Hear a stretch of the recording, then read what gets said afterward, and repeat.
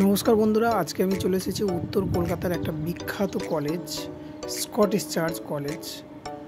একটা ঐতিহ্যবাহী college, trustee বোর্ডের আন্ডার এই কলেজটা।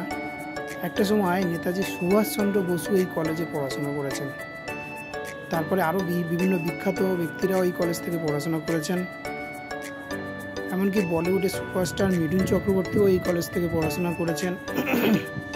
এই কলেজটা ন্যাক অ্যাক্রিডিটেড এবং অবশ্যই A++ গ্রেড। দেখুন সেই কলেজটা আমি চারপাশ ভিডিও করে আপনাদেরকে দেখানোর চেষ্টা করছি। এই কলেজের বাউন্ডারি, এই কলেজের গেট। কলেজের দুটো গেট আছে, আগে যে গেটটা দেখানো হয়ে গেছে এটা second gate. Computer science department এই সেকেন্ড গেটের মধ্যেই। আমি কলেজে ঢোকার চেষ্টা করছি।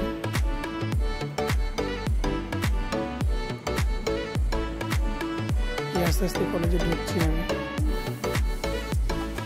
আমি কলেজের কিছু ছবি আমি তুলে ধরার চেষ্টা করছি, যারা ডোনার্স ছিল সেই সময়, যে যত টাকা দান করেছিল কলেজ তৈরি হওয়ার সময়, সেই ছবিও আমি আপনাদের সামনে তুলে ধরছি। দেখুন কলেজের উল্টো দিকে দেখুন স্কুল অ্যান্ড কলেজ আছে, তার উল্টো দিকে আছে Scottish church college. Rabindra Sarobar থেকে বেরোতে পারবেন। এটা হেদুয়া পার্কের কাছে কলেজটা। সামনে অথবা হাতে এই রাস্তাটা সোজা চলে গেছে গিরিশ পার্ক মেট্রো স্টেশনের দিকে। এছাড়াও শিয়ালদা থেকে বাসে করে এই কলেজটায় আসতে পারবে। স্কটিশ চার্চ কলেজের যোগাযোগ ব্যবস্থা অত্যন্ত ভালো। সায়েন্সের মোটামুটি বলতে পারেন প্রায় সবকটা সাবজেক্টে অনার্স পাবেন। ক্যালকাটা ইউনিভার্সিটির আন্ডারে অবশ্যই এই কলেজটা।